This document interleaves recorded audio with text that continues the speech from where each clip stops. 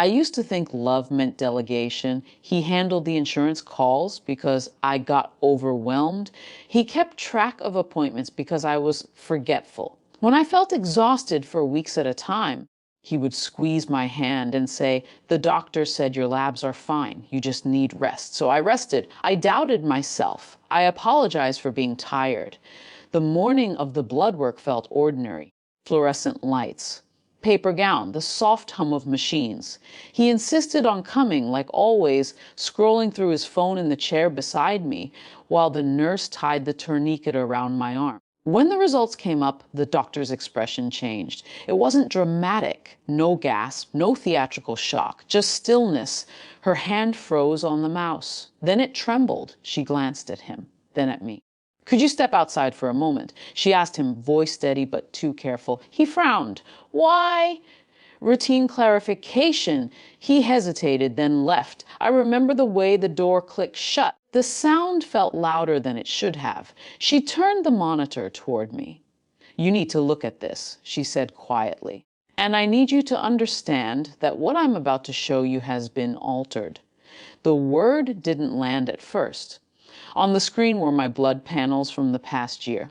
The numbers were not normal. Elevated markers circled in red. Notes indicating further testing recommended. Follow-up flagged as urgent. Below them were revised entries, same dates, same tests. But the annotations had been changed to, within acceptable range. The urgent flags removed. I stared. "These changes weren't made by us," she said.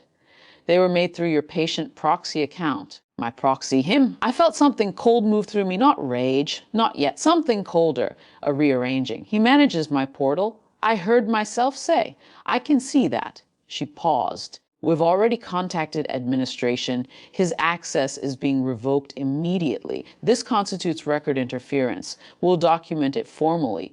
The word formally anchored me. This wasn't suspicion. It wasn't misunderstanding. It was traceable. Why would someone do that? I asked. She didn't speculate. She didn't judge. She simply said, "Your condition is treatable, but it is not minor." Delaying follow-up could have consequences. Treatable, not minor. I felt my pulse in my throat. Months of being told I was dramatic. Months of him reminding me I worried too much. Of him smiling patiently when I questioned the fatigue. "You're fine," he would say. "Stop reading things online." I had believed him. The doctor leaned closer. "You need to leave today with copies of everything. And from this point forward, you manage your own account." Her authority wasn't loud. It was procedural, decisive, irreversible. When I walked back into the waiting area, he stood immediately. "Well?" he asked. "Routine," I said. It was the first time I had ever answered him without explanation.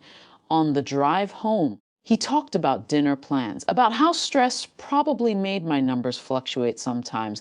He spoke casually, like the future still belonged to his version of it. I watched his hands on the steering wheel, steady, untroubled. That night, after he slept, I logged into my account from my phone. The access was already revoked. A notification confirmed it.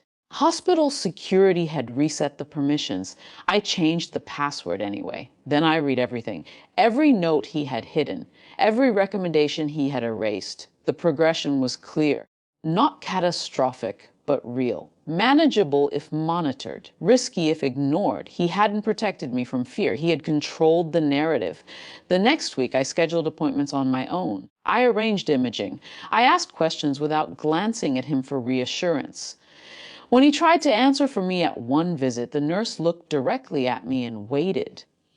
That small pause shifted something. He noticed. "You don't trust me now?" he asked one evening. The question hovered between accusation and injury.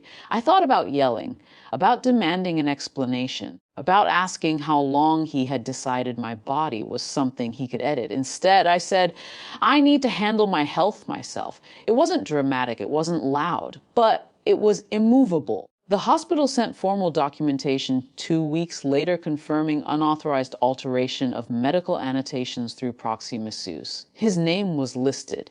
Access permanently terminated. He read the letter twice, said nothing. Something subtle changed after that. He stopped volunteering to manage things, stopped speaking over me. stopped correcting my memory. But something else thinned too. Trust does not return because authority intervenes. It just stops being negotiable. My condition is stable now, monitored, documented properly. I attend appointments alone. Sometimes I wonder what his reasoning was. Fear, denial, a need to keep me dependent. I may never know. He hasn't offered an explanation that feels complete.